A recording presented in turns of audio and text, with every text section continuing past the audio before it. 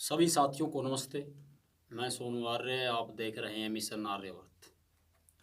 चर्चा करेंगे राष्ट्र निर्माण में शिक्षक की भूमिका।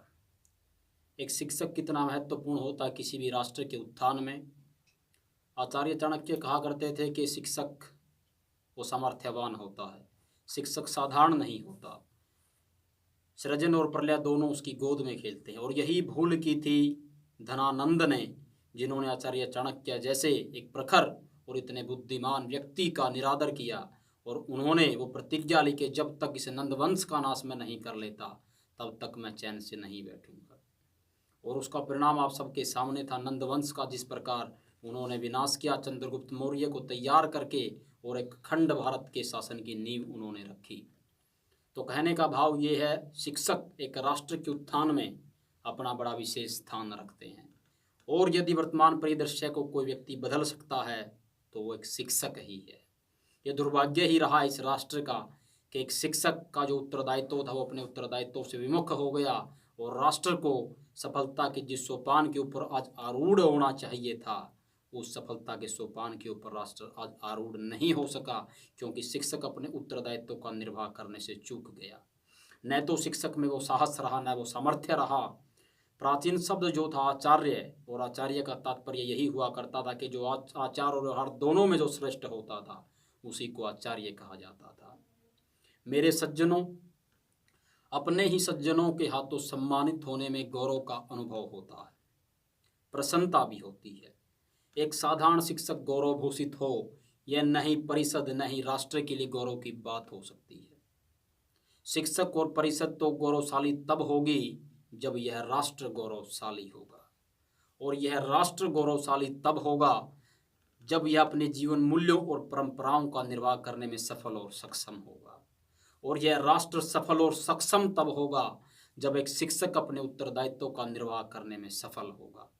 यदि एक व्यक्ति राष्ट्रभाव से हीन है, राष्ट्रभाव से शून्य है, अपनी राष्ट्रीयता के प्रति वो सजग नहीं है, तो यह एक शिक्षक की असफलता है। और हमारा अनुभव साक्षी है कि राष्ट्रीय चरित्र के इस अभाव में हमने अपने राष्ट्र को अपमानित होते हुए देखा है।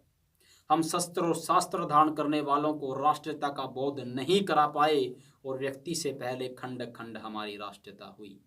एक शिक्षक इस देश के नागरिकों में राष्ट्रीयता का भाव जागृत करने में असफल रहा। और हमारा अनुभव साक्षी है कि यदि एक शिक्षक पराजय का यह भाव स्वीकार कर ले तो पराजय का यह भाव राष्ट्र के लिए अत्यंत घातक सिद्ध होगा। अतः आवश्यक है वेद वंदना के साथ साथ राष्ट्र वंदना का स्वर दिशाओं में गूंजना चाहिए। आवश्यक है व्यक्ति और व्यवस्था को यह आभास कराना कि यदि व्यक्ति की राष्ट्र की उपासना में आस्था नहीं रही तो उपासना के अन्य मार्ग भी संघर्ष मुक्त नहीं रह पाएंगे। अतः व्यक्ति से व्यक्ति, समाज और व्यक्ति से समाज और समाज से राष्ट्र का एकीकरण आवश्यक है।